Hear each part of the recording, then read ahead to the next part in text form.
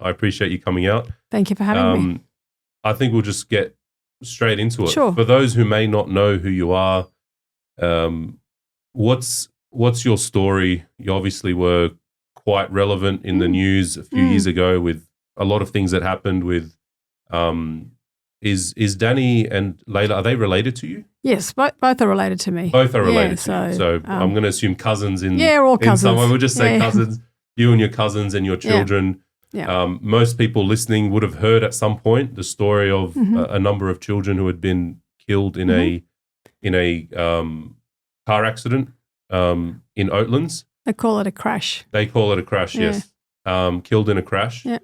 Do you want to take us through sort of what had happened? I mean, I think just before I do take you through, I mean, just about myself, born and bred in Sydney. So it's educated in Sydney, a corporate career, and then two beautiful children, Michael and Veronique, 2.5 years apart. Michael, my son, turned 18 on the weekend. And, for a long time I was a single mother. Sadly my marriage didn't work out and it was tough. It was tough for me, tough for the kids. But through God's grace and through the strength that He gives you, you soldier on, I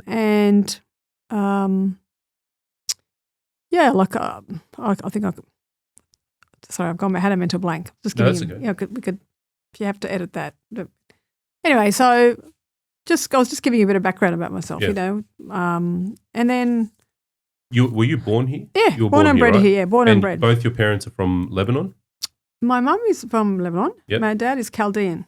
Oh, Chaldean. Yeah, so he speaks Aramaic. Yep. But they met here, and because my dad spoke 5 languages.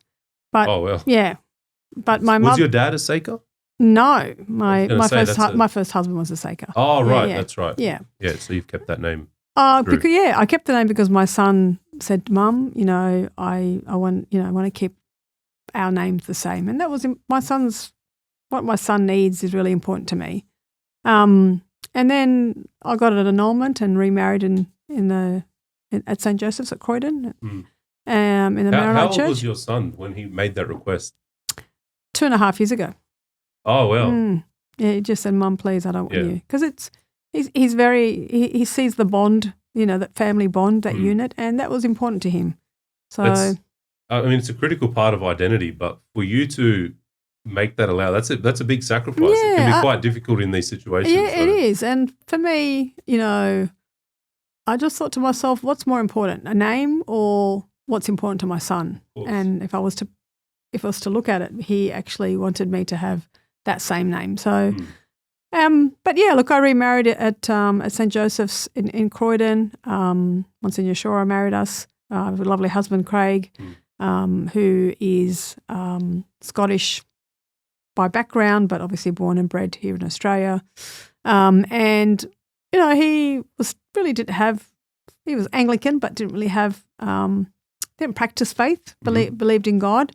But after the tragedy, I do believe it's one of the miracles that's one of many miracles that's happened since the children entered eternal life, and one of that was for him to become a Catholic, and he converted. Oh, so it was after the tragedy.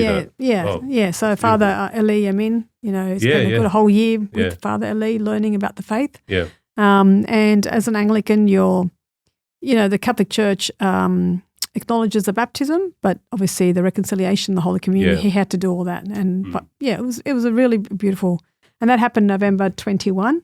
Yep. And then we got married in November 22. But anyway, so. It was like an ordinary day, February 1, 2020. So, and Sorry, Bridget, just before you go, do you mind if I adjust your microphone? Yeah. Yeah, no, that's fine. And so it was 1st of February, 2020. Yeah. And it was, we had a birthday, a mutual cousin her daughter was turning 21. We were going into Surrey Hills. Mm-hmm. And during the week I'd said to Craig, look, Craig, I've got to think about what to do with the kids, and I said to him, I'm going to kind of leave them at Danny and Layla's, because Veronique and Angelina and Mabel the other cousin were very close, and I thought, what a great way to leave them together, drop her off, pick her up, and Layla said no problem.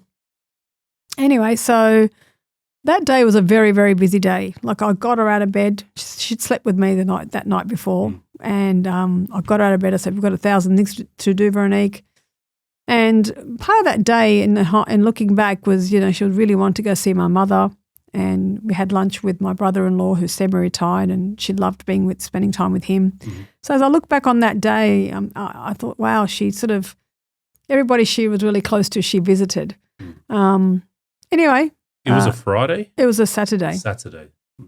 And so it was a busy day, and Michael was starting NPL, league soccer, for the first time on the Sunday. So we dropped off to Ultra Football on that busy day at Alexandria, and I bought Michael soccer boots and what he needed, and she loved his top, this salmon top that she ended up wearing, and bought them both something. And on the way to Danny and Layla's, Layla called and said, look, there were change of plans. And at one point, I wasn't going to drop the kids off. And then Danny rang literally 10 minutes later and said, look, no, the kids all want to be together. Bring Veronique. So I dropped her off, and, on the way to Danny and Layla's, and I dropped Michael home, and normally I don't leave Michael home alone. He was 13 and a half. He had his soccer game, but it was only going to be 3 or 4 hours. And I'd asked my girlfriend to check up on him and make sure he'd be okay. And on the way, she told me how much she loved, being with older people, and that she loved me. And so we just chatted along the way. How old was? 11. Veronique was 11. Anyway, we get there, and she had thongs on. And I said, put your shoes on, Veronique, because, Story of my life. Yeah, put your shoes on. Anyway, no, she just walked to the door, and I knocked on the door, and Danny answered, and he said, look, is she hungry? And I said, she can always eat. Veronique loved eating. She was a foodie. She would cook for people. She was 11. She could put a whole table together. Like, you wouldn't believe it was an 11-year-old that had cooked that meal. And I said, look, she can always eat, but just charge her phone, because I want to know when she wants me to come pick her up. Anyway, the whole idea was Danny and Layla were going where we were going, so they're going to follow us. I got back home, I got changed. Craig met me at my place, and we made our way into the city. Literally had just got up the stairs to this place, to this venue, and Danny rang me. And I'm thinking, what why is calling? And him and Layla were coming to the same birthday. Yeah. So all the kids were going to stay together. Yeah, stay together. And, Rania's sister, Layla's sister was there with the kids. But either way, the kids were quite mature. But they were going to stay together. And, I picked up the phone. I said, Danny, is everything okay? And he said, no. He said, I've lost my kids. And I thought, okay, maybe they ran on the street, like, how do you lose your kids? And I said, well, what do you mean? He said, they're dead. And I can't even remember now what happened to me, but I was he told me who, he named them. He said Anthony, Angelina, and Sienna. And I just started thinking to myself, well, do I ask about Veronique? Like, how could I ask? He's just told me. This was what I was thinking. And then I said, look, and Veronique, what about Veronique? And he said, you just need to come to Oatlands Golf Club. And I don't know how I got from that place into the car, but I do remember getting in that car and praying the Hail Mary and the Our Father, asking God to Lord, have mercy. Just, Lord, please have mercy, because I did not want that cup. It was like I was in Gethsemane. I didn't want that cup. Like Anyway, we get there, and it was mayhem. It was people everywhere, lights, blue, red. It's etched in my mind. I can't erase that scene that we walked into that night. Anyway, that's that day. You wake up, like I said, ordinary day, and it was no ordinary day. I mean, from that day, my life, my family's life, it's been completely different. So you didn't know about your daughter until you arrived? I didn't want to believe anything had happened to her. I know Craig was ringing Danny and he's going, look, it's not good, it's not good. But I didn't really know, and I didn't want to know, and I didn't want to believe that she didn't make it. But I couldn't get to her. There was people everywhere, and they wouldn't let me go towards her, and I knew something wasn't right. And then I thought, well, it took me a while to think like this, but if she was alive, then I would have gone to the hospital. But no one told me to go to the hospital. So anyway, that day still is etched in my mind because it was a scene that you'd only see in a movie. So what had happened? What had happened, a 29-year-old back then driver, got behind the wheel. He was intoxicated on drugs and alcohol, and he was speeding 130 an hour in a 50k zone in a suburban street. And, was driving recklessly up until he got to the kids. And obviously, I don't know, he came from behind. So whether he missed the gutter or I don't know how he ended up really. He hit all 7 of them. So all 7 were out? All 7 were hit. One of yours and? All 7 were hit and 4 were killed. So 1 of mine and 3 of Danny and Layla's. And Layla's sister, Rania, her son was severely injured. He was in a coma for a couple of months. Has he recovered now? Look, he's obviously got injuries, long-standing injuries that'll be there for a long time. Yeah. I don't think he could ever recover from anything like that. And you've got Liana and Mabel who, they're survivors, but you can't survive something like that and not impact you for the rest of your life. Are they siblings too? No, they're cousins. Oh, cousins. So Mabel's mum and Layla are sisters, and Liana is obviously a sibling to the 3 kids, Danny and Layla's daughter. So that look, it's not something they were walking on the footpath, getting an ice cream. It was Mabel's birthday, and they just thought they'd all spend it together. And they loved each other, especially the girls. And you tend to hold your child's hand when you're crossing the road, but usually on a footpath, you almost feel like it's safe. It's a suburban street. It's not even a highway. There was nothing else for them to do nothing. To be safer. Yeah. Other than what? Not go get ice cream. Yeah, other than not go get ice cream. But, that was their time. I mean, I remember the night that day, and I saw in the news there'd been an accident, and then it mentioned some of the kids and the families. I thought, these are from our community. Mm-hmm. And their families I'd never heard of, I'd never met. I'm from, St. John the Beloved in Mount Druitt, so I'd never crossed paths. And the shock factor for me, as someone who didn't even know, I was just like overwhelmed by how shocking it was. I can't even imagine rocking up to that scene. It was shocking. Lights everywhere. It was terrible. Shocking. It was horrific. And the police didn't know what to do with us, because you couldn't get to your child. They didn't know what to do with you. So most of that night was sitting on the footpath. It was terrible. It was, it's something you just can never wash away from your mind. That's a trauma that's not going away. Yeah, no. That's not something I still get those flashes every time, I see an ambulance as well on the road. I struggle. Yeah. Because it takes me back. Yeah. Takes me back to that night. What other things sort of trigger that? Like obviously ambulance and lights and... Just every time I see a girl with her mum or,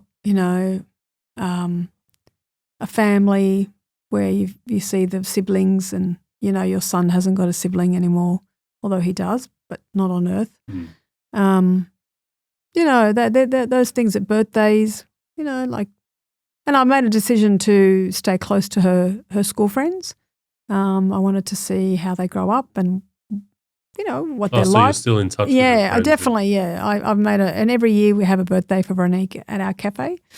And avoid all that, or I could face it with the pain. And I've chosen to face it with pain because at least I'm still bonded to what was her community.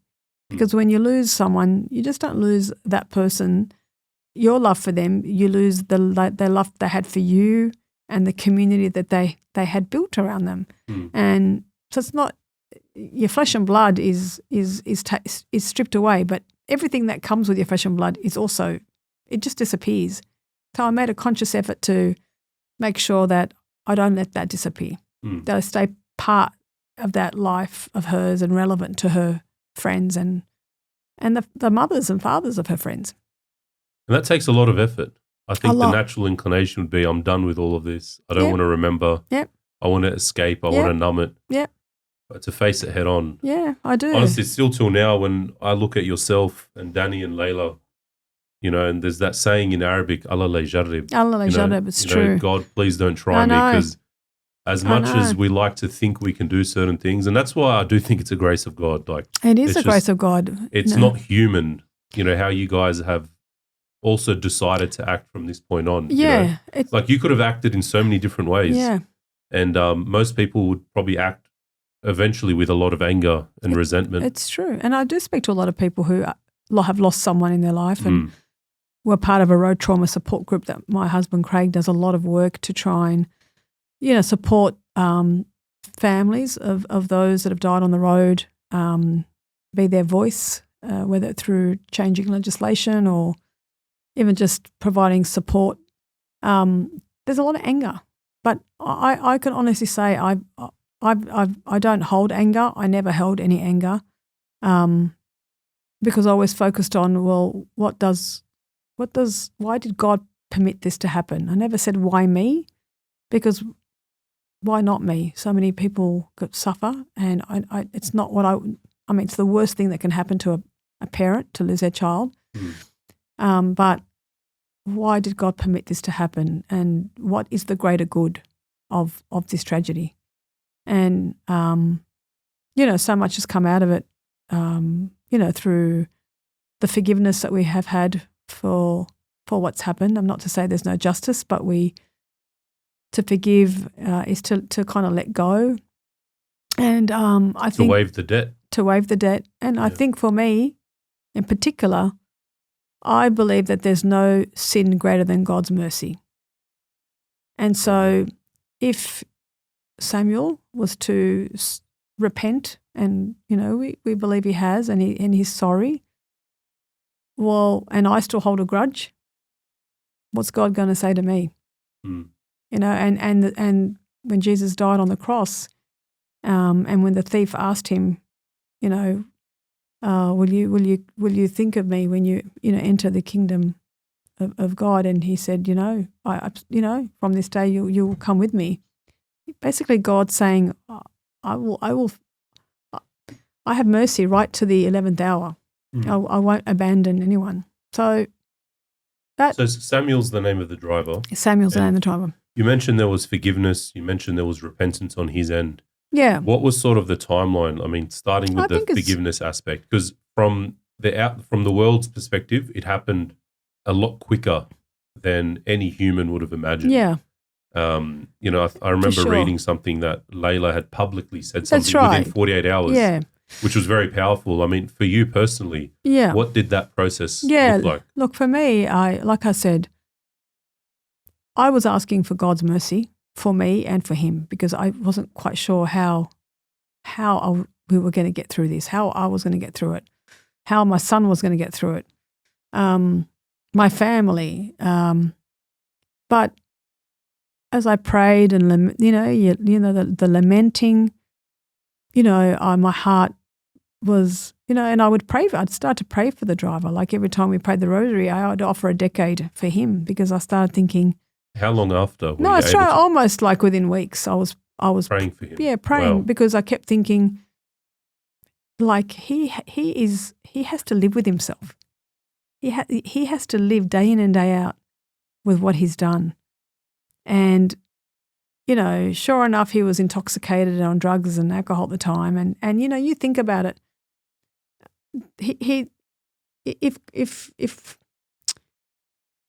if God's in your life, and I'm not saying if people aren't tempted and do things even if God is in their life, but sin on top of sin on top of sin, that was what was going on in his life. And I really believe that if he had had a conversation with God before he got on the road and told God that I'm highly intoxicated and I'm on drugs and I'm on alcohol and I want to get behind the wheel and drive 130 k's an hour recklessly and kill 4 children and hit 7, what was God going to say to him? He wasn't going to say, yeah, son, get behind the car, behind the wheel. He was going to say, don't do it. What you're doing is wrong. So I felt that he was empty. He needed prayers. We all need prayers. So I started to pray for him, and through that, I felt that for me, forgiveness was important. It was. I was raised to say sorry. I was raised to know that forgiveness was a very big part of being a Christian, and at the same time, I thought, if I don't forgive, I will hold anger. I will not be a role model for my son, a good wife, a good daughter. I would hoard emotions that would really not help my health or my mental health, my physical health. And what does Christ want? And he would want us to forgive. And well, it's like that quote, when you forgive, you realize you freed a prisoner, and then discover that prisoner was you. Absolutely, because you're in chains. Yeah, and it consumes you. It consumes you, and I didn't want to be consumed by that. I wanted to turn this tragedy into a greater good, and I do believe that the children's they're very powerful. They're powerful, like they're saints in heaven. I believe that because they're not canonized, that they were pure, so they are with the Lord. I believe that their intercession and their prayers are what keeps us all going. And what's, even when it comes to Samuel, I'm sure they're praying for him and they're helping him. But that's not to say that we've got to walk away from the decisions he made. There are consequences to those decisions. It's a bit like going to confession and your sins are forgiven. But there's work to be done. But there's consequences, and that's why there's purgatory. I mean, purgatory is a place where there's a lot of cleansing, and I do believe that it's like a parent. You love your child, but you're not going to not, you're going to reprimand them. There's going to be consequences to teach a child right from wrong. You can't just say, I forgive you once they say sorry. That's not enough. Yeah, of course. It's a good analogy that I've used before is, imagine you're playing cricket on the street, you smack the ball, it breaks the window, you're terrified, you knock on the door of this terrifying neighbor and he says, look, I forgive you, but you've got to fix the window. Like you're forgiven, but the window still needs to be fixed. There's damage done. Exactly. And without actually paying for it, the damage sort of remains. 100%. And you could also argue anyone who's truly sorry would embrace any form of justice. I mean, if I was in that position, I'd be like, lock me up. Exactly right. And I think, I believe this time for him, and, I feel one day he will walk out and probably teach a lot of people what not to do. I feel my vocation in life has completely changed, even though, my background is banking and finance. I was an executive. I did a lot of presentations, ran large teams, but I feel, and I'm good with people. I connect, very well with people, but I feel God wanted me to take those skills and talents He'd given me and turn them to the hearts and minds of people who were suffering because of grief, because they'd lost a loved one. And that's why I set up my charity, Heartfelt, in October 2020. Patricia Thomas, who works for Grief Care, that's part of Catholic Cemeteries and Crematoria, they accompany you right up until the funeral, and then they check in on you after that. But Patricia made a beautiful effort from her heart to stay with us. And basically they, she would really hold you with faith as well. Like she would let us know what it feels like to be in grief at this stage. What we were feeling was normal because that's what they do. They go and accompany people who've lost loved ones. And she said to me, Bridget, it's only been 6 months, but I think you can really, your story and your lived experience can help others. And so I embarked on, with the support of my husband and grief care. They supported me very much. Started Heartfelt. It was during COVID. It was an online platform. And basically you come on, it's spiritual, it's meditative. We break open scripture. We'll have a video in connection with that scripture. And then we'll have a breakout room. And there's a theme. It was weekly up until this year. We've moved to fortnightly. But it's based on the scripture of the weekend. So the breakout room, we have a theme. And really it centers about how does God, Christ, Our Lady, saints, all the saints, how does grief, how can you carry on with grief? Because grief it doesn't go away. I mean, it's not the price you pay for love, but grief is the biggest expression, the most intense expression of love. And everybody's going to grieve one day. But how can you do that being accompanied by others who've gone through grief, but also be accompanied through scripture? And that's what Heartfelt is. We have breakout rooms. We have about 20 to 25 people come on every fortnight now on a Monday night. And there's about 200 people in the community. And we're now a charity. So any donation. And you lead this up. We lead that up. Yeah. So any donation over $2 is tax deductible. And the idea is I want to build a pastoral support team myself to reach out to people in grief because so many people suffer in silence. And, our tragedy was so public, everybody knew about it. How many of those? But so many people, no one. And some people probably might feel invalidated that they've lost someone. What about me? And so I wanted to reach out to, whether it be your partner, your parents. People come on to Heartfelt who'd lost their parents 10 years ago, but they haven't had a community to share their story. It's about continuing the bond with your loved one. There's no judgment. There's no advice. We're not a counselling service. We're just there to hold one another in a safe space where we talk about our loved ones. Be present. Yeah. And God's present with us. And so building this pastoral support team is to reach out to those who are in grief and grieving in silence. And, you see a lot of people have depression and there's domestic violence and suicide and drugs and alcohol. And so the idea is that we'll reach out to those people. So I'm building a team. I want to have retreats so people who've lost a loved one can come on at retreats and possibly speak to these people and maybe they can share their story to help others. Yeah. So that's kind of, been a big focus of mine for the past 3 years. It's been huge and it takes time, but we've got a beautiful website and a lot of people have got a lot out of it.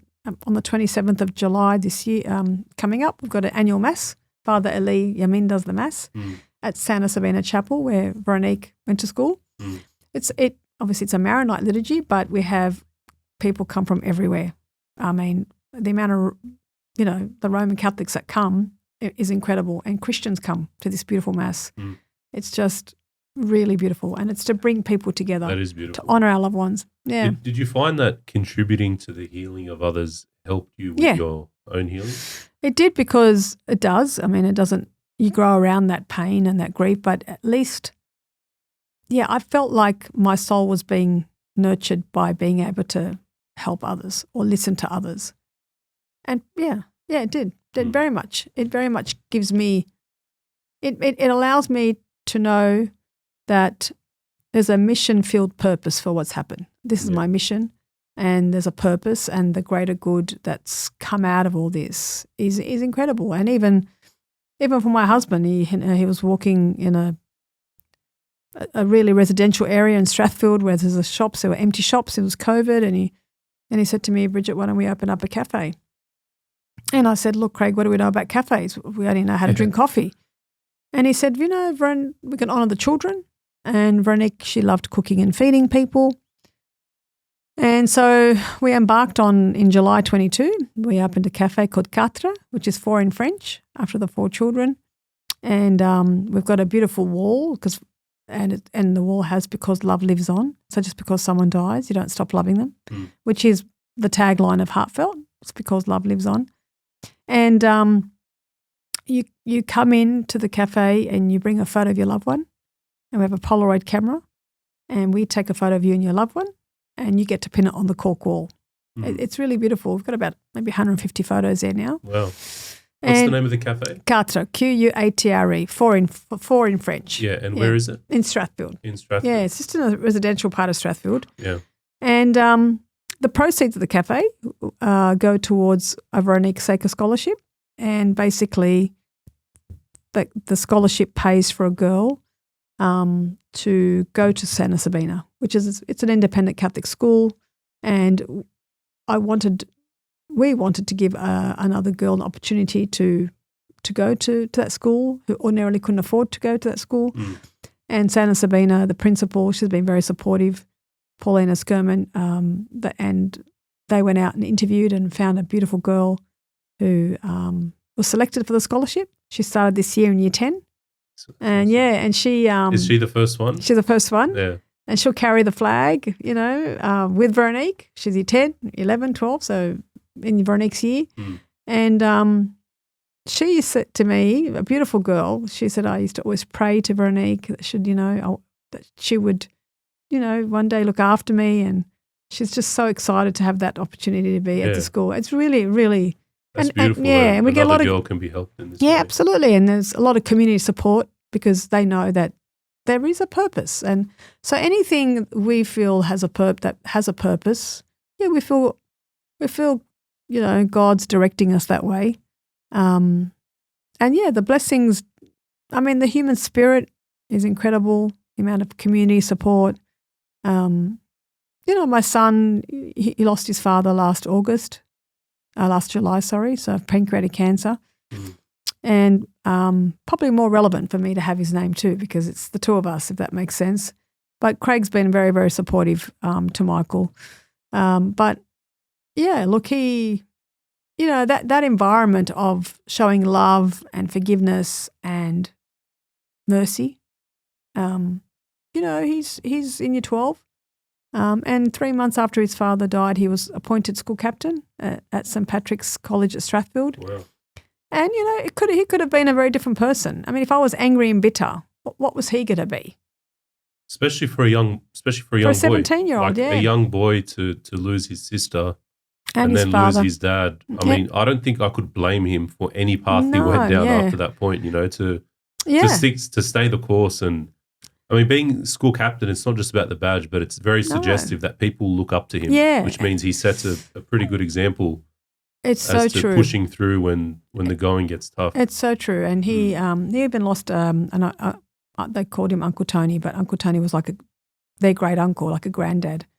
And when it was shared custody at one point in time, they would stay with, Uncle Tony, and he lost him too. So he died a year after Veronique, and then his dad died a year after that. So 3 key people in his life, very tough. And, that's traumatic. And for a young child to go through that, it's the whole tragedy was very public, a lot of media. And that's something he doesn't like. He just likes to sort of be in the background. So he's had to cope with a lot of stuff and grow up very quickly. But I'm proud of him, even though, for sure. It's hard not to be. Yeah, to be the circumstances. Yeah, to go through what he went through and continues to go through. He still suffers anxiety, and post-traumatic stress is something none of us can sort of get rid of because, it was so horrific. But through the faith, through community, and through your family and friends, people come and carry that cross, just like Simon Soreen. So many people helped us carry our cross.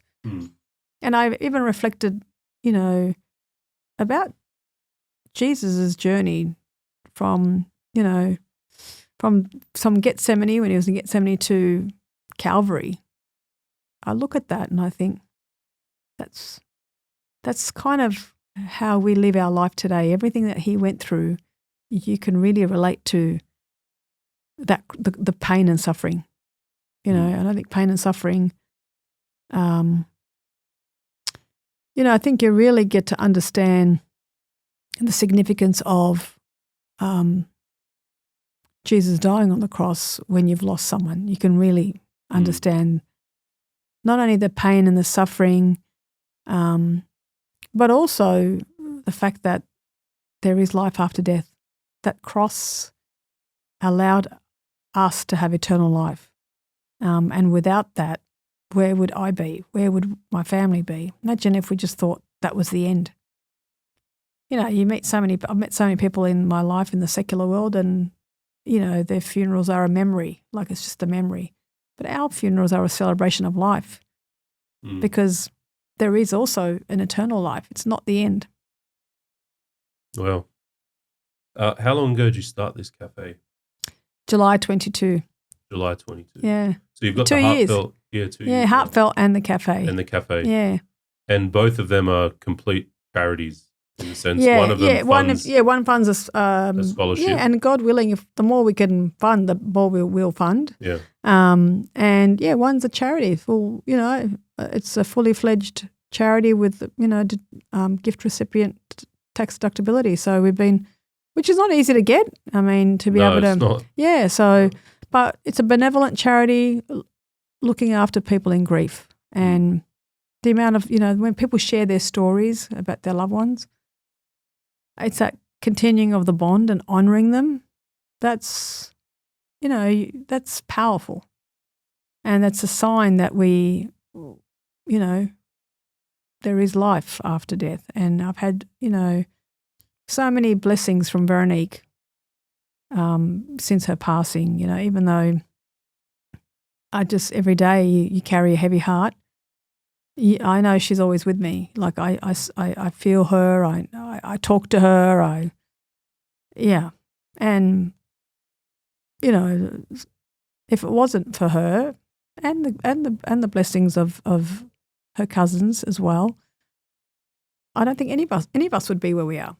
And when it all sort of happened, whether it be months later, and then there was the instituted I Forgive Day. Yeah. I remember the festival. That's where you and I met. That's right. There was a period in time where I sort of tried to put myself through a mental exercise of being where you are, or being where Danny is, or being where Michael is. And I honestly, Bridget, I couldn't finish it. Like even thinking about that, which is not real for me. I know. It was crushing. And I just thought, how could any person do this on their own? I couldn't, even like this whole conversation, I've had goosebumps the whole time. I used to have a friend, she wasn't, she was a year below me, but her brother was 11 when he was killed. Riding a bike across Concord Road in Concord. I'll never forget it. I was probably 16 at the time this boy was 11. And I felt sick at that time when I heard about it for my friend who lost her brother and their mother, because I'd see their mother all the time. And I thought at that time, God, please never let me go through anything like that. Please, But like I said, God does permit. He does permit certain things to happen. Yeah. There is a greater good, and I have peace with the pain because I know my daughter is in heaven. I don't have to worry about her soul because they were young. She was 11.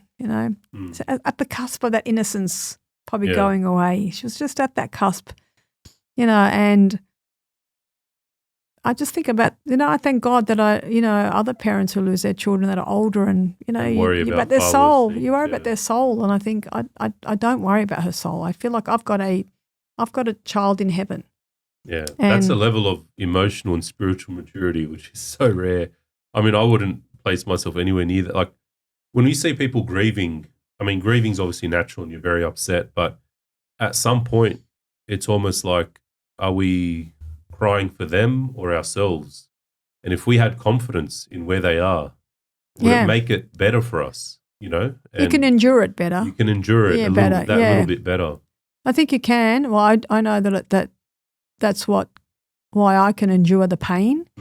But I meet so many mothers, and I meet a lot of people because they come online to Heartfelt. I go see them, visit them, and they are very angry and very hurt, and they just, especially when you lose your child to suicide, you know.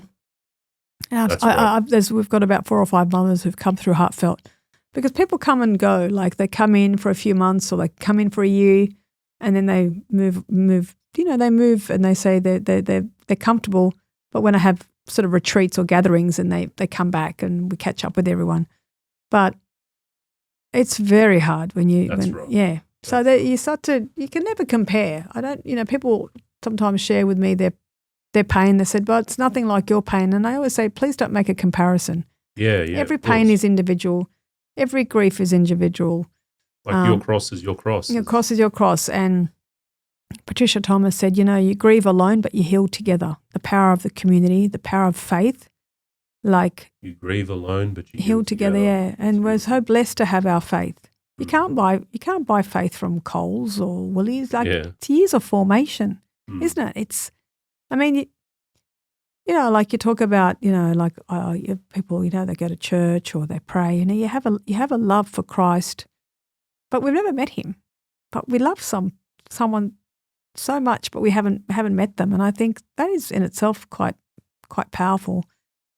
And my mother gave me a booklet just before, maybe 6 months before Veronique died, and it was the 7 Sorrows of Our Lady. And every day I'd read it. I used to drive into work, but I start to hop on a train and I'd read it and I remember Sorrow 5 when she just watched her son die being tortured and die on the cross. And I used to think, how on earth could you witness your son dying? Like how? And then I started thinking, well, did you know that he was going to rise from the dead and have eternal life? Like, how did you get through this? And to be abandoned by everyone, like really. And then I realized that Our Lady was preparing me for what was to come. Like literally, like I was reading this book every day up until Veronique died, and I'm thinking, Mother Mary was telling me that I'm there for you. I'm not going to leave you. I have witnessed pain and agony. And she knows what you're about. And she knows, and I'm a mother. And so you're never left alone, And I've spoken to many people that have no faith, and I see the anger and bitterness. Sometimes you can't help people like that. It's very hard. You can pray for them. But we're very blessed to have our faith, very blessed. And coming from a banking background, I always say that, the bank of faith pays its dividends. It really does. That's awesome. It really does. So that's kind of. Yeah. I did have a question about pain and suffering, and I've been second guessing whether I should ask this. But as I said, you tell me we cut this out. So a lot of people, in my church, I've done talks about suffering, and it's a very sort of theological approach. I can't say that I've gone through anything which I would compare. I know we don't compare, but I understand. I haven't gone through that level of suffering. So a lot of what I've sort of spoken about in regards to suffering is what I've read, what I've prayed about. Yeah. It's all theoretical, so to speak. And I had this sort of thought about suffering, and I just want to ask you point blank, if you could make the pain of losing Veronique go away entirely, would you? No.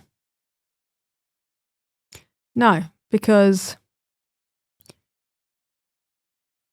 I unite my suffering with the life the blessings of her life that are it's a reminder of the life that she had with me. That suffering is that I unite. I unite my suffering with Our Lady, so she gives me the strength. I unite our suffering with the journey that Jesus had, in Calvary, Golgotha. If I was to completely, that suffering is eliminated, I actually don't think I would completely understand what actually happened, why it happened, and appreciate what I had and continue to have. I think suffering is, without suffering, I think life is meaningless. And really, it is. Yeah.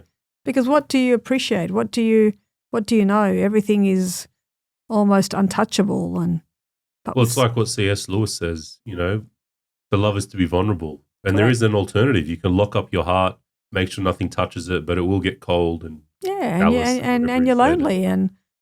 But I think it's because earlier on we were talking and you said you don't want to say that it's the price of love, but et cetera, et cetera, et cetera. But in some ways it almost is, because like without the risk of deep-rooted suffering, how can we ever love? It's an expression. Grief is an explain. To me, I realized it was the expression of love. It's that deep expression that you have. Yeah, that sort of revelation of just how deep it was. Yeah. And everybody will grieve. And we live in a society where grief is almost, under the carpet. People tell you how you should feel. Yeah. People, maybe you don't want to show your emotions because you don't want to feel vulnerable. If you cry, you say, sorry, I'm crying. But if you laugh, no one says sorry for laughing. Society has this, way of viewing. Like almost a shame associated. It's a shame, Or or you can't be vulnerable. But Jesus showed his vulnerability when Lazarus died. He cried. He wept. And he was showing you that you can show your emotions. And I just think there's a lot of that where people just, that's what Heartfelt's about. You're able to show your emotions and speak and process it. A lot of people, you should move on, and the thing I find is like Nielik, like she's with the Lord, like Nielik, like. Did people actually people say Nielik? Yeah, they say that. They say Nielik, he Mal Yesua. And I'm going, I am, and I'm grateful she's Mal Yesua, but I don't want Nieli, because you don't want to be in my position, and nor do I want you to be in my position. Yeah. But people say that, and they think that people don't know what to say.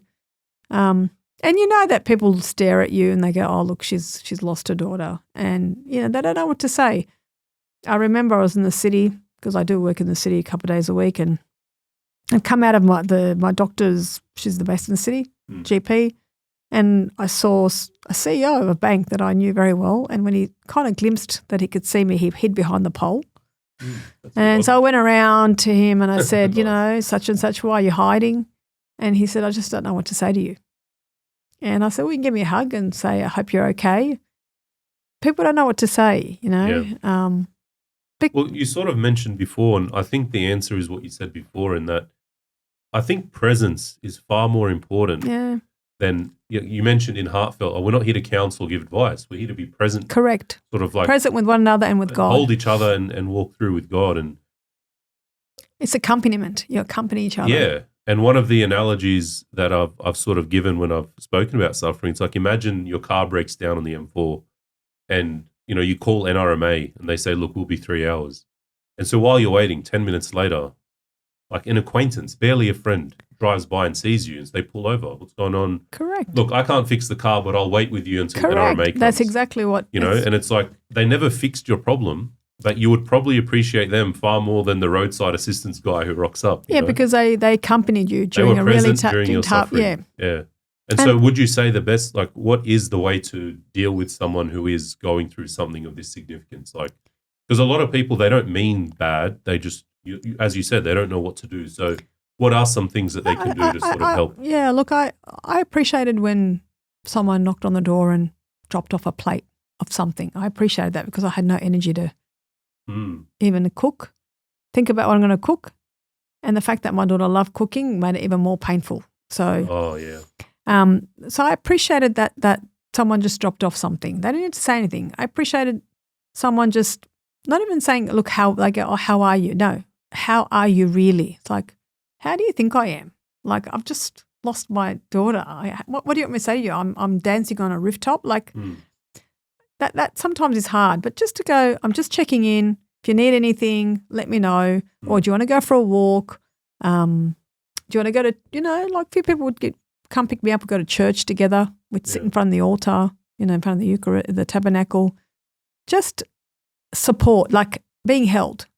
I think that's so important to make sure that person's not alone. That they know there are people around. And they know there are people around if you need, anything. But sometimes when people were drilling me, how are you? Now tell me really how you are. It's like, I found that very hard. Yeah. Or telling me how I should feel, or telling me like they know how I feel. They all mean well. Everybody means well, but just listening to me. You don't have to, less is more. Even if they just sat there. Just be present. Just be present. Yeah. It's all I needed. And I didn't like a long conversation with someone. If someone would ring to see how I am, I would avoid that because I wasn't in the mood to talk or explain myself. But, if people rang me 2-3 times a day for 2 minutes and checking in, I preferred that because I knew that I wasn't having to explain where I'm at, how I feel, why I'm feeling the way I'm feeling. Yeah, they're not asking you to rip open your wound every time. They're just letting you know they're next to you. Exactly. Or behind you. Or behind you. Yeah. Yeah, and I think that's like, again, the cross that Simon the Cyrene carried. He didn't tell Jesus, look, how are you and how you feeling now? How's it feel down there? Yeah, how's it feel down there? He just carried that cross and because he knew Jesus was suffering. So he that cross was hard for him too. He could barely carry that cross himself. And, that's really just be present. It's really important to be present and to listen. And, not think you know what that person's feeling or tell them how they should be feeling or, Honestly, I've just almost enraged by Nielik. I just still can't believe that someone would say to you. Yeah, they say Nielik. And so like for anyone listening who's not Arabic speaking, Nielik means like, I wish I was in your position. Like you're the lucky one. Yeah, you're the lucky one because you're in an advantageous position because you've got someone in heaven. Yeah. That's just insane. Yeah, I'm and it's like, okay, well, I am so grateful I've got someone in heaven, but I don't feel I'm at an advantage here. It's no, definitely not. This is I still don't sometimes believe that this has happened. Even till now. Yeah, even till now, I think maybe like she'll knock on the door, or sometimes I think I can't believe this has happened to my life. It's completely not what I imagined it to be. Or, when you go to a wedding and you see a girl getting married, I think, well, I'm never going to experience that. And we went to a wedding maybe a month ago, and where my son was sitting, he was sitting with a different table with the youth. He said, Mum, I'm not going to have my sister at my wedding. I'm not going to have my dad at my wedding. And for a 17-year-old to be talking like that. And I said, oh, no, Michael, I understand. Now, I could have said, don't worry, but we'll have all your friends. No, nothing's going to take away the fact that his sister. There's something missing. Yeah, and don't try and fill that void. Yeah, and you can't fix it. Don't feel it. You can't do anything. You just have to. People just want their pain to be validated. That's what's really important. Your pain is validated. And that's what Heartfelt does. It validates people's pain by just listening, hearing what they have to say, and it's meaning making and meaning finding in your grief journey.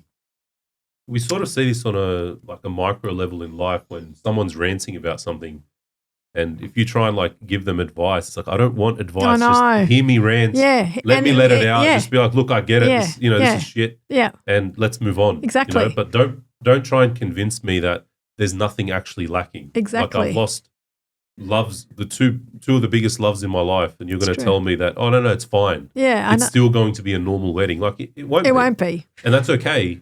given the circumstances. Like, Correct. we're going to work through it, but it's not the same. Correct. And that's why So validating the pain, that's it's really that's important. really good advice. Validate someone's pain and acknowledge their pain. Like, yep, I understand. Thank you. You know, or just listen, but don't tell them.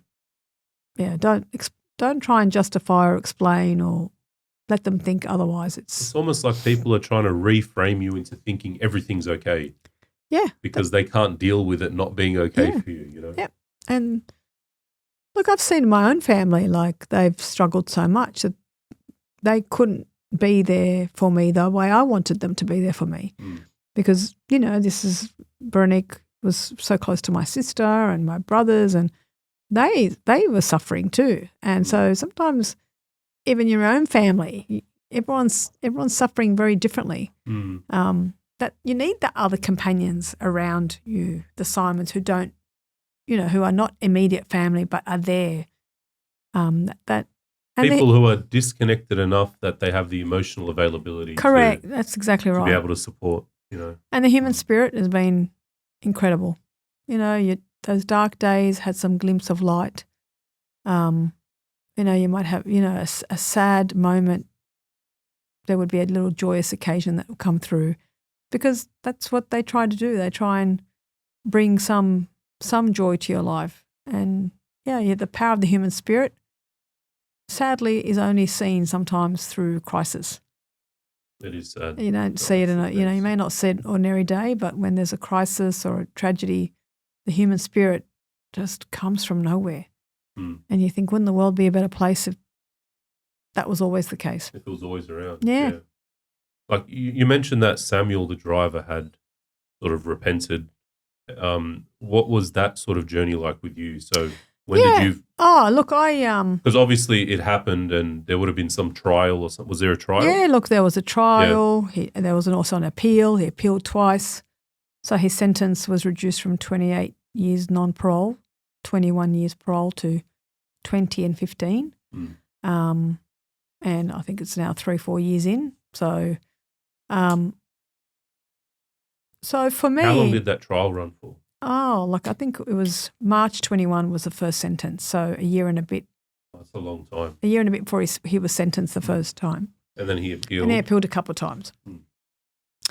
And I remember seeing his parents in court, and I remember we all have to do a victim's impact statement and tell him how we're feeling at the time. And I do remember going up to his mum in the courts and just gave her a hug, and I thought it's not her fault. Like, yeah, that's also rough for his yeah, parents. of course. And but through this process, I made a real effort to get to know his parents. I wanted to understand, you know, maybe why he how did he get here? How did he get to this place in life? And yeah, we were, you know, fortunate to meet them, and I invited them to the cafe, and I asked them to bring a photo of their daughter, because they lost their daughter to cystic fibrosis. Oh. So I said, bring a photo of your daughter, and you can put a photo up on the wall in the cafe. Wow. And they did. They came and they put a photo of their daughter, and you know, I they were a little bit hesitant to even do that in case someone says anything. I said, nobody knows who you are. Just like put the photo up, honour your daughter. And yeah, look, I've stayed in touch. There's a couple of books I've given to his mum to get, and dad to give to him. You know, about Have you ever spoken to him? No, I haven't spoken to him, but what I did do on Divine Mercy Sunday, I did try, and I called his parents and said, look, if there's a chaplain that can see him, maybe he can try and get confession before on that weekend. And I explained to the parents how powerful that would be, and which was a week after Easter. And, you know, they rang him. I was trying to explain what Divine Mercy was, and they called him, and it's very difficult to get a chaplain in without a long time notice. And so that wasn't possible, but, you know, she rang me and she said he really appreciates that you did that and you made that effort to call. He'd like to call you or write you a letter. And I said, look, get him to write me a letter, because I thought, you know, maybe I could establish some kind of relationship with him through writing. And last week I got the letter at work. Oh, just last week. That's the first communication you've had from him directly. Yeah, but I haven't opened the letter. I'm waiting to sit in church and open it from the altar. Wow. Yeah. I mean, it's a big, it's big thing to read. Yeah, it is. It would be big, and I want to make sure I'm I believe, when a mass, a mass is the sacrifice, right? So when we're celebrating Calvary every time we go to mass, and I do believe that's where heaven and earth meet, and Veronique's always there. And so that's why I want to open it up in church, just, after mass, either in the morning or in the evening, and read it there. But I haven't done that yet. But I've got it. You got to wait for the right time. Yeah. I'm waiting for the, yeah. So, yeah. And so when you say he's repented, I mean, what sort of has given you that indication? Look, talking to Danny, and I know that, when Danny went to see him, I think it was last August, he expressed his sorry, and that he's, want to become a Catholic. He prays the rosary. And he's becoming Catholic, or he is? No, he's become a Catholic now. Whether he's gone through the whole process, but as I understand, he says, he prays the rosary. He reads the Bible. So whether it's a preparation or whether he has been fully fledged and become a Catholic through the Catholic Church, I don't know. But certainly, when it comes to the rosary, praying, all that, understanding our faith. I think he even says the Angelus on a daily basis. Yeah. So I really think it's kept him sane. And I really believe those children, the 4 kids have really come into his heart. And there's a huge conversion. And I think his life is, like I said, he'll come out and probably teach us all a few things about what not to do. And sounds like it. Yeah. Sure sounds like it. Yeah. So we've got to pray for him. We've got to constantly pray. Yeah. It's hard when someone hurts you to continue to humanize them. I mean, because when someone hurts you, you start looking inwards. I agree. What's happened to me? And to be able to still look at hey, what happened to this? To even think that, what happened to this guy? How did he get here? I mean, he's also lost a sister. What's happened in his life to contribute him getting to that very moment when he got behind that wheel. That's right. And it's very hard to think about that when someone's hurt you so deeply. I questioned myself, was forgiveness an easy pathway because I didn't know him?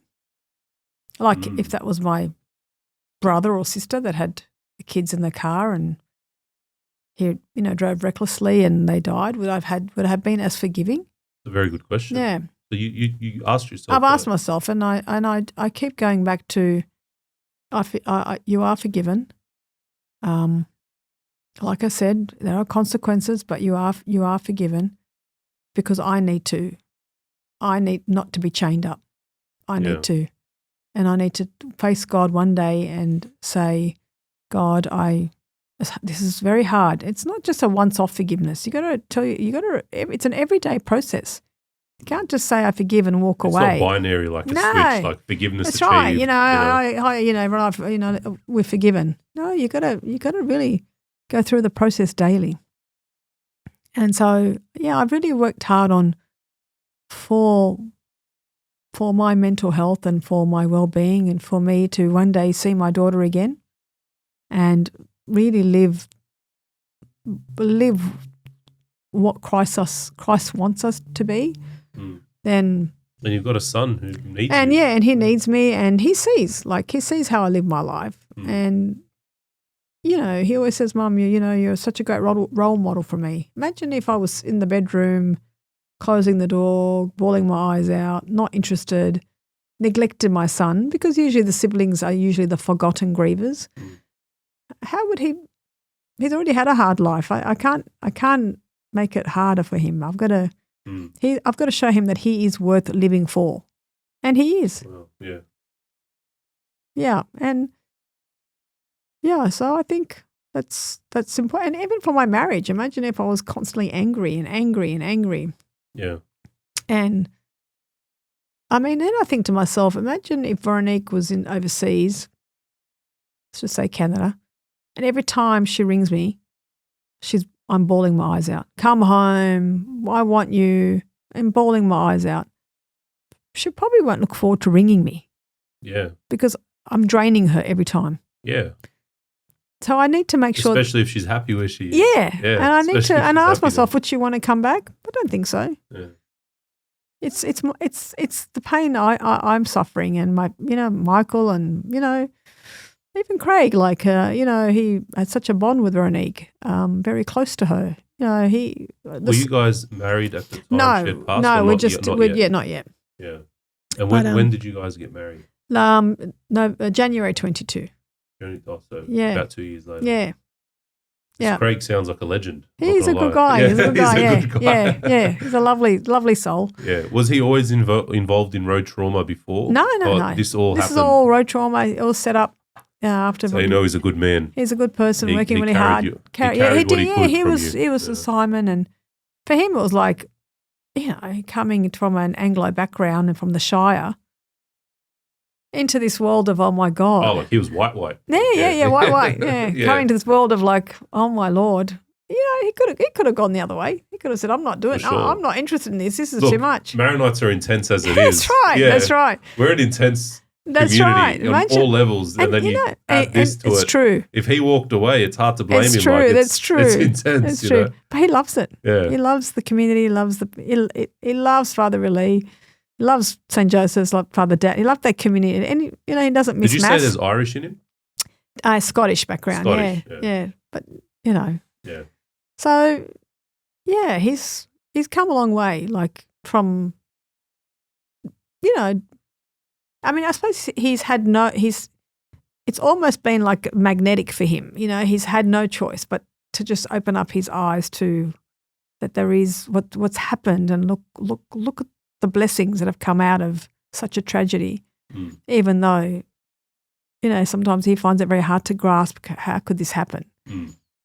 But he could see how the community and how faith. You could say he had no choice, but, he had a choice to stick his head in the Yeah, sand. you're right. He had a choice to go, I'm getting out of here. I'm getting out of here, and sort of refuse what's sort of the blessing it's that's true. coming He could have rejected it. He could have rejected it, yeah. I think it's important also to give the credit to a 100%. choice is made. We've all got choices. Like he chose you. He chose to stay. He chose to fight through it. Correct. And that's a lot of emotional trauma he has to also. It's true. Fight and it's all through, foreign. so it's foreign to him. Yeah, it's foreign to most people. Yeah, it's true, and you're right. And and he's always got Michael's best interest at heart. And he's never the kind of guy that says, Michael, you got to do it this way or that way. Never. Like, it's just, I'm his mother, and I'm the one that sort of disciplines him. And then, Craig's there just to offer support when. Yeah. Well, I suppose he's wise enough to know that at Michael's age, it's not his job to be his father. No. There's a new role for him. Yeah. It's very unique. Yeah. And I don't think Michael wants him to replace his, replace his dad. No, it doesn't. And they've never been like that. And even Veronique should say to Craig, I'm going to take care of you when I'm older, just like I'm going to take care of my mum. So, he always. She's probably doing that. Yeah, so. she is. Well, she said to him, you're going to become a Catholic first and foremost. Yeah. Yeah. So there's so much has happened in these 4 years of, like I said, I never thought my life would be where I am today. And it just goes to show you that, sometimes you have to surrender. It's very hard. You can trust. It is hard. You can place your trust in God, but I think surrendering is another level. It's like you don't, we all of us try and control our life in a particular way to try and steer it in some shape or form. But I feel surrendering is another level. It's like, and I said, God, I can't take this cup. It's too heavy. I surrender. I can't. I'm going to offer it all up to you. And that's, And there's a distinction, obviously, like surrendering isn't giving up. Surrendering is entrusting something other than yourself to take the lead entirely. Correct. Yeah. Absolutely. Yeah. How do you, like, just having this conversation, how do you, despite how long it's been, which I'd argue not long at all, 4 years is not long at all, like to still speak about this and not completely and utterly break down, for lack of a better word. Like, I just couldn't imagine. Like, there are certain things, you think about speaking about them. Is it because you believe that you have appropriately processed and grieved? Like, no.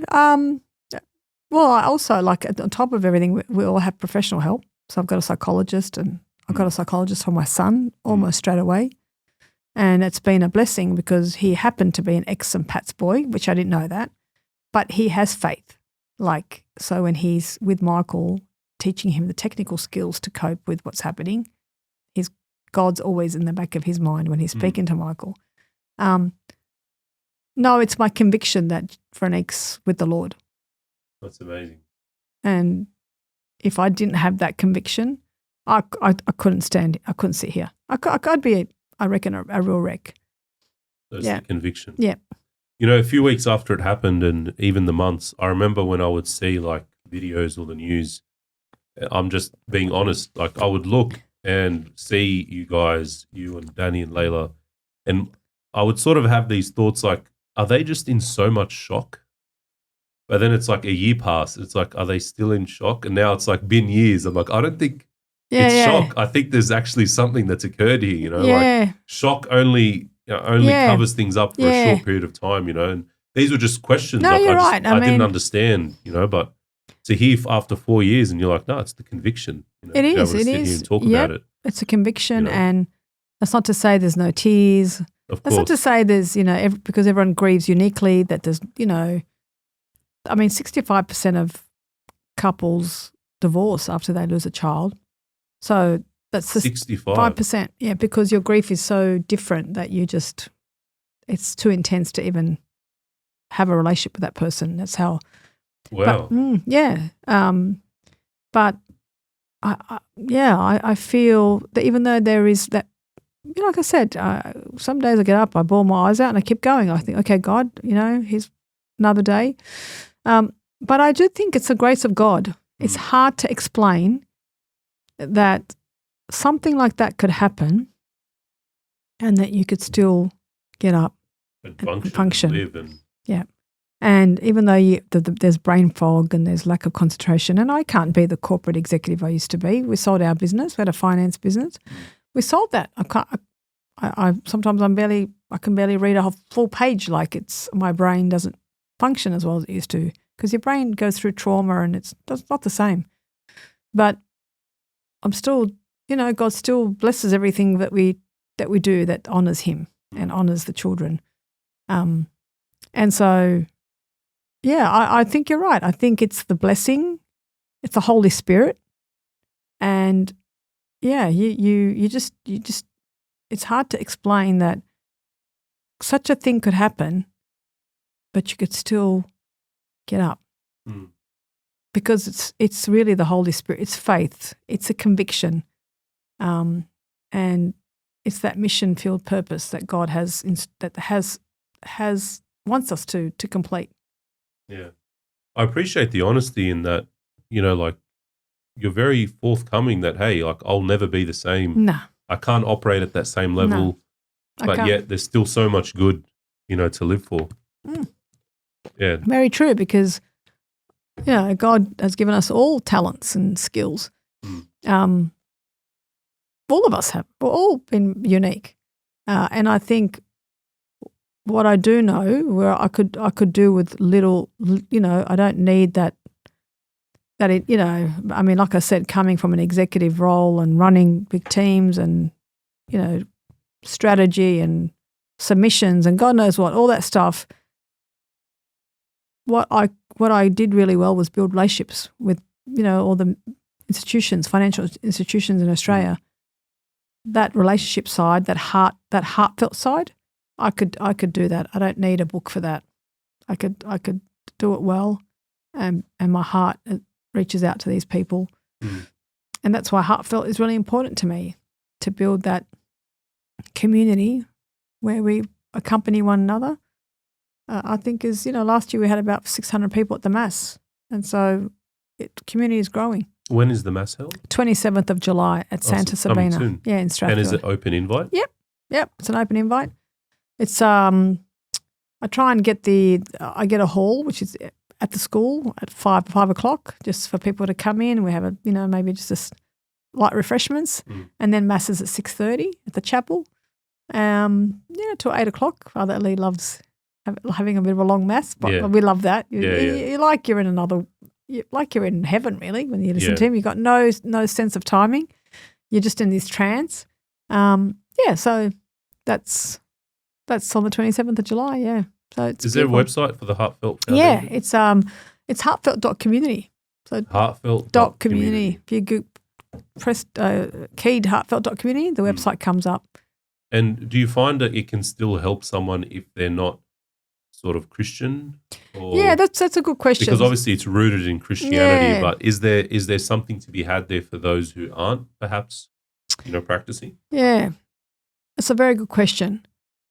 I have been introduced to a lot of people that have no faith, or of no faith, not have no, but they're not part of a specific religion or anything. Yeah, I find it's very hard to talk about life after death with someone who just doesn't believe in life after death. It's very hard to give them that hope. I mean, we have hope, but it's just what I do is try and just listen to them and just explain to them what I went through and some of the things that I did to be able to cope with what had happened. But I can't sort of share my conviction with them to say, hey. You have to leave out a big part of it. Yeah, because I remember doing a interview with James Valentine from the ABC, and he just can't believe that that you could believe in such a thing. Yeah. And so, all I could do was express and share my journey, and hoping that could help them and tell them that I'm there if they need me. But I can't. It's very hard when you don't have that common belief. The common foundation to everything you believe. Yeah. Yeah, that is rough. I wonder, I don't know how I do it without. No, I don't either. So. And even the community that comes with faith, your church community, it's incredible. Imagine if you didn't have that. That was something beautiful to see, the way the church community. It's beautiful. I remember the prayer vigils and the rosaries they did at the scene. Yeah. Wasn't that amazing? I couldn't believe how many people were there. The streets were blocked. And there's no apology about having faith. People know who I am. They know my fabric. They know, I don't have to worry about defending my faith.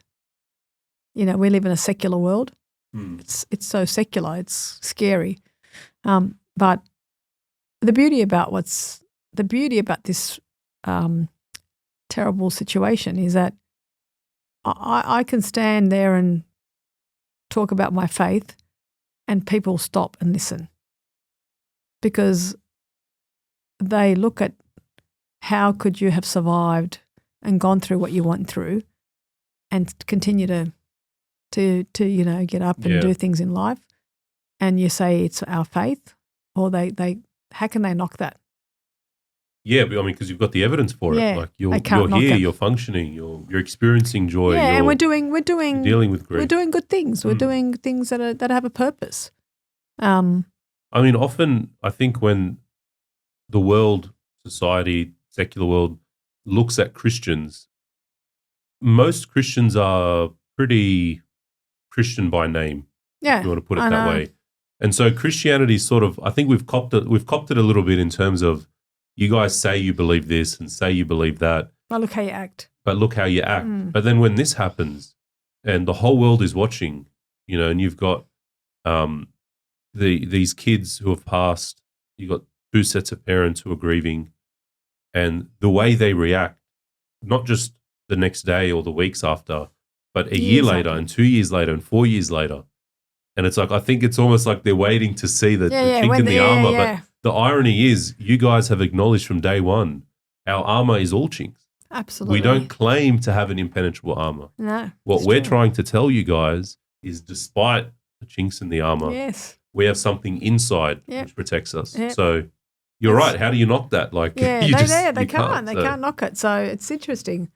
Yeah, like, some people are shy away from saying that they're a Christian or they're from faith, but I'm so proud. I'm very Yeah, for proud. sure. I stand by my faith, and and the corporate world I come from is very secular. The corporate world I come from is very secular. Yeah. But they do have the admiration for how I've actually walked through this painful journey. Mm. Yeah. And that's what it's about, right? Like, ideally we'd want to see people sharing what we believe because we believe it is so good. But at the very least, they've got to respect it. Yeah. And I think that's what and they do. You've shown. Yeah, they do. And I did one presentation for about 100 brokers who came out from New Zealand and the Gold Coast, and it was the first time I've done a presentation that's professional for my professional career, but also my personal testimony. Mm. And to see that people got a lot out of it, really gives me that satisfaction. Because if I can just share one thing that's one part of my story, even a sand grain, and it touches someone in some way or helps someone in some way, then to me that's very rewarding. Oh, we often talk about bearing witness to the faith. It's Christian terminology, which means like showing what Christianity means through how we live. Correct. And I don't think I've seen a better example, at least in Australia, ever, than like bearing witness authentically.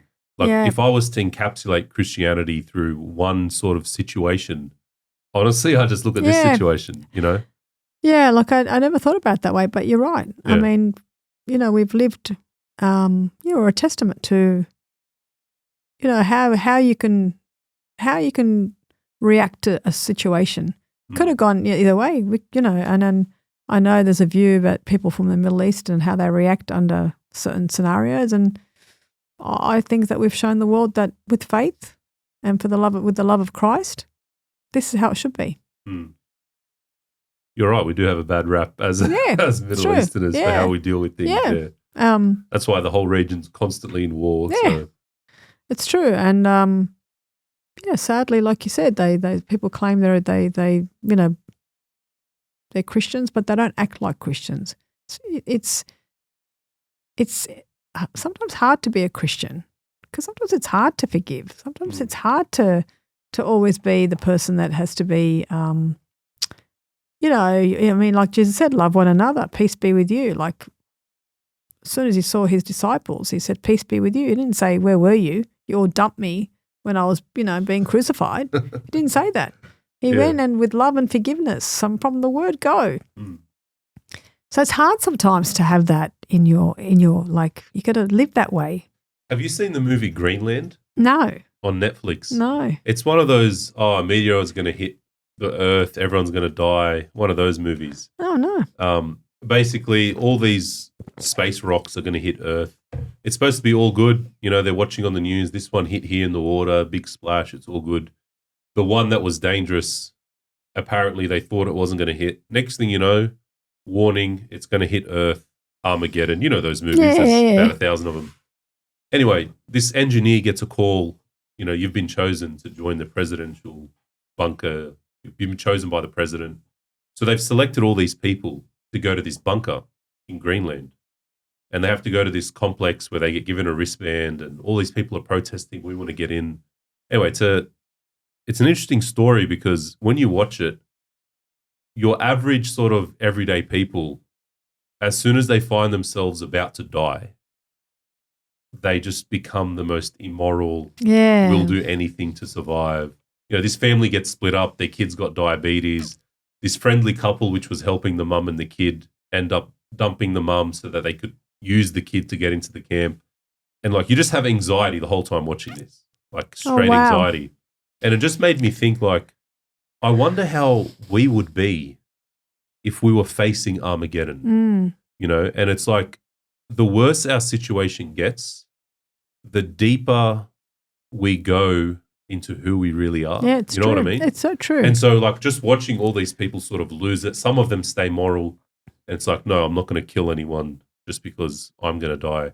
And then some of them look like friendly people and And it's just like, it sort of reminds me true. of what you're talking about. It's like the worse things get, it's like, let's find out who you Yeah, really yeah, are. because yeah, And I think that's what's amazing about what you're telling me is like, in the worst possible situation for any parent, no, like any parent I know would a I 1,000 know. times out of 1,000 times die before they see their kid I pass, you know? I know. And it's like, in the worst situation, what is it that we saw sprout up? It's true. And it was like love, forgiveness, a grief counseling platform, yeah. a cafe for a scholarship, yeah, a relationship with the driver's parents. Yeah. And it's like, if that sprouted from that situation, It's true. I don't think you could go too much deeper. I know. You know? Oh, yeah, I never thought about that. Which is but it's beautiful, true. you know, which is, and that's why it's important on a day-to-day level. Like, not everyone's going to experience these things, but what you can do every day is deliberate acts of minor suffering. Because true. what you do is you sort of train yourself in that reduced state It's true. to act better. That's why fasting is so big in our faith. Well, right? it's true. Like, If you're going to fast for 3 hours and get grumpy, it's like, hey, that's not a good sign. Like, well, like, I mean, I don't normally, only because you've raised it, but every Wednesday I do fast bread and water. Like today, yeah. Awesome. So because, and it's not an easy day; it's a tough day, but I offer that suffering for the souls in purgatory. So that's kind of my, talking about fasting. But that's important. Like, you're right, and you don't normally tell. Like, I don't like to tell people I do that. Only because you raised it, but that's something I do. It's a private thing, but I do that because God says your left hand know what your right hand's doing, and I have to every time I do something. Of course, beat my chest and look what I've done. I think but hopefully it can encourage people. Like, it's okay to put yourself in situations where you're uncomfortable and hungry and, of course, and tired. And the more you learn to act, so if everything's great, the way you act when everything's great, let's try and do that when everything's not great. Yeah. In minor ways. Obviously, certain situations are far worse, but you can sort of train yourself in minor ways to sort of build up that. It's very true. And you spoke about faith, like it takes a lot of formation. It does. And it's like faith isn't just, again, binary. No. It's like training at the training. gym. Exactly right. It's you can't just rock up and start lifting heavy. It's like, no, my whole life I've been lifting. So when this happens, it's going to be heavy. I can give it a crack. I can carry it. I can. Well, at least if someone can help me too, I can carry it even more. Yeah. But like I said, living as a Christian is sometimes hard because, I mean, our faith is, you follow those commandments and you're almost guaranteed to make your way to heaven. But I think as a Christian, dying is easy because you've given your keys to eternal life. If you've lived the life that God wants you to live, then dying as a Christian should be an easier pathway than actually living, because living sometimes through temptation, through hardship, sometimes you go, why me? But as a Christian, if you've really lived your life, death should be the easiest. Is quite an easy pathway to eternal life. Yeah, that's hard.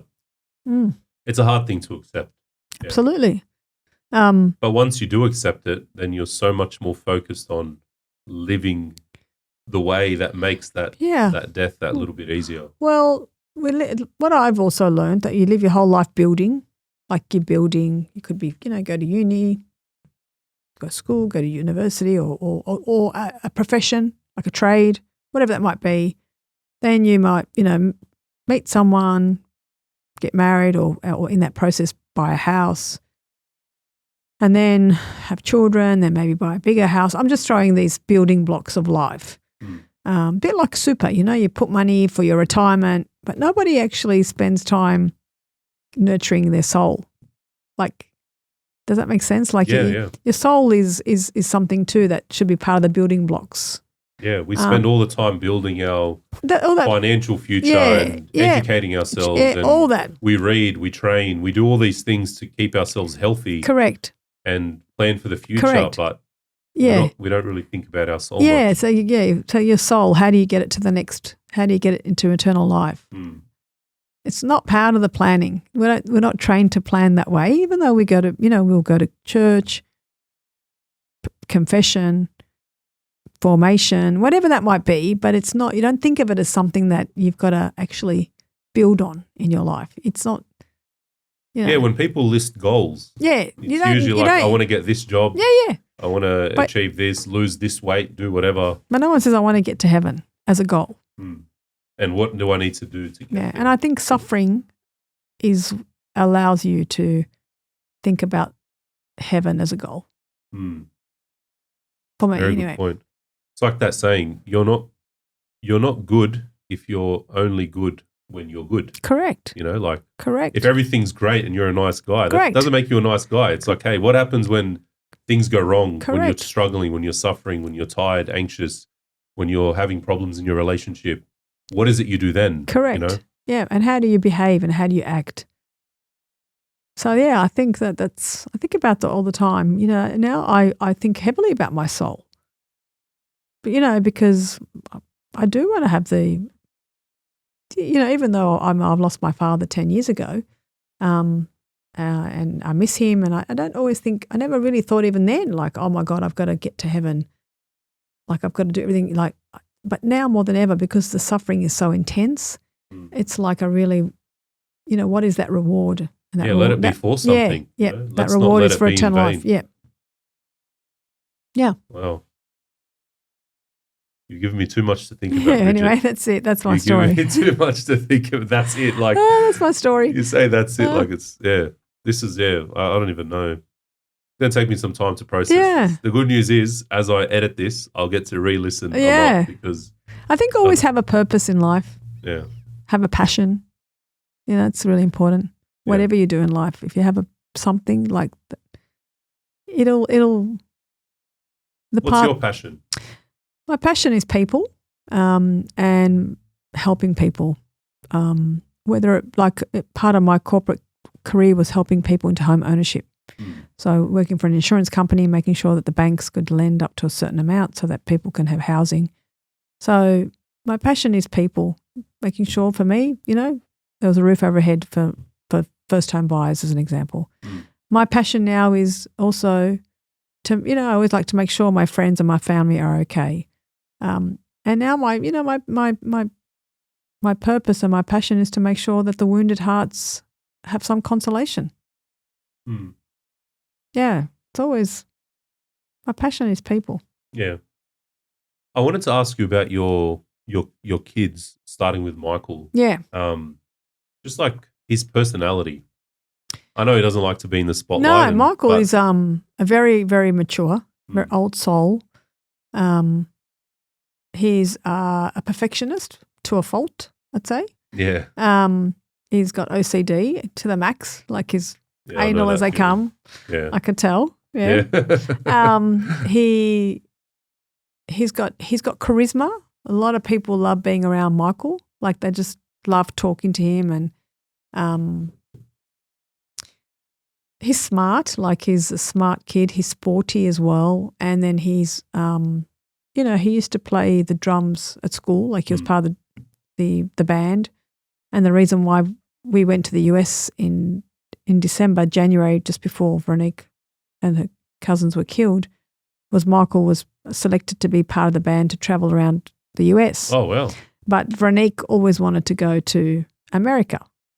And so, in a way, his selection was fulfilling her dream. Because literally a month before she was killed, she was we were at in LA in Disneyland. And she was on Space Mountain at 1 o'clock, 2 o'clock in the morning. So Michael's, he's very thoughtful. You can talk to him like as an adult. Both my kids were like that. You can tell when you said Veronique she said she loves hanging out with old people. Yeah. That's how you know someone's mature. Yeah. And Michael's the same. All his friends are a lot older. Loves his faith. What's he want to do? What's his career? He says he wants to be civil engineering. Civil engineering. So he's studying tonight very hard for his exam. Yeah. He's loves soccer, And then he had to make a choice between playing the drums or soccer. He chose soccer. Debating at school. So he's the complete package in terms of skills, right? In a way, I feel like he really is, and very respectful and respected. Makes sense why school captain. Yeah. Garners a lot of respect. It's true. He's Yeah, Michael's got a great mind. And Veronique was very emotionally intelligent, very she had that contagious smile. She was very cheeky, very, very messy. Michael was very, very tidy. She was very messy. Yeah. Oh, my God. Can I just say, I was looking at some photos, like just reading up a few things yesterday, and Veronique is just gorgeous. Isn't she beautiful? She was beautiful. Yeah. She's beautiful. She's a gorgeous girl. Yeah. She was funny. She was witty. She had such a mature palate. Yeah. Yeah, she was also way beyond her years. Like both my kids, you can have an adult conversation with them. I never really treated them like kids, especially being a single mother. I took them everywhere with me. I had to do a lot of stuff, for work that I just take them with me. And they got to experience and see things a lot of kids their age probably wouldn't have. Veronique loved dogs. And I used to take her to a farm where one of my clients used to have, became friends. And they had, I took Angelina once, I took Mabel, and they had 2-3 dogs, and she just would want to sleep with the dogs. Like, I could not believe that was my daughter with the dogs. Like, she was funny. She was, I mean, no child is perfect. They do your head in. You'd hope so. Exactly. Like, I know. What healthy kid I know isn't sometimes doing when you lose someone, you describe them. You always describe the best of them. Yeah. But they were kids at the end of the day, and they did things. There were consequences. Like you can usually infer. Like, I mean, if you asked my parents what kind of kid I was, and they were going to say the best of things, they would probably say cheeky and witty. Yeah. But really, they mean he could be a bit of a smart ass and had a bit of a mouth on him and ask questions he shouldn't ask in front of people. He shouldn't speak in front of. So she was. She was fun. Veronique was funny. Michael has a more serious personality. She was just funny. So crazy funny. But I've lost my little buddy in the kitchen, that's really hard because she loved that. And she'd come with me everywhere I went. And if I travelled for work, she'd like it, Mum, when are you going to come home? So. Especially being a single mother, like you were even spending more time than usual. Yeah, it was, it wasn't, look, life hasn't always been easy for me, but at the same time, I was always raised. My mum always said to me from the beginning. My mum would say, "Life and suffering go hand in hand from the young age." And that I wasn't. We weren't raised to think that life is gold spoon and everything's handed to us on a platter. No, that was never in our household. Yeah, well, that's good. It shouldn't be. 100%. Yeah, 100%. So when tough times came, you turn to your faith and you turn to the way that you were raised, and it's like, okay, we'll get through this. Yeah, I mean, you've built a character over time. Yeah. Our parents were good like that in absolutely not letting us get away with things being too easy. No. Yeah. Even working in the corporate world where it was very male dominated, you had to kind of, make sure that hold your own. Yeah, you had to hold your own. You had to earn the respect and be respected, and vice versa. So I've had to, even in my corporate world, I've had to really stand on my own and go stand firm. And it's not always easy in a position like that. But again, being like you said, what do you love? What's your passion? It's people. So being able to connect with people at all levels, professionally and personally, has always been something I love doing. Yeah. Yeah. Look, when I started this podcast, my thought was always I want to take great stories and give them to the world. But my mistake in my great arrogance is I always underestimate how much the stories are going to be impacting me. Yeah, wow. Like you sort of operate on this, like, I've got to get this story out. It's like before you get it out, you've got to process it, ingest it. Yeah. And I've continually, every episode, I'm sort of underestimating how much I'll take. Yeah, wow. And this one probably more than any other. Honestly, Bridget. There's a lot that's happened. When I start sharing my story, I think, oh my Lord, like, I can't believe we've done all this in 4 years. Yeah. Yeah. It's probably not until you sort of sit back and and it's not without heartache, It's with a lot of heartache, but with a lot of reward. It sounds a necessary part of it. Definitely. Based on what you've said. Definitely. Yeah. Definitely. Yeah. Thanks so much, No, Bridget. thank you. I can't thank you No, enough that's okay. I'm being glad. so open. For those listening, as we were walking towards the studio, I was saying, I'm not sure. And Bridget just said, look, you just ask anything you want and I'll be very honest with you. Yeah, I think it's the way to be. Yeah, and you've made it very easy. Thank you. Thanks for having me. Conversation. Thanks for having me, Francis. Bridget. Thank you. Appreciate it. Thank you.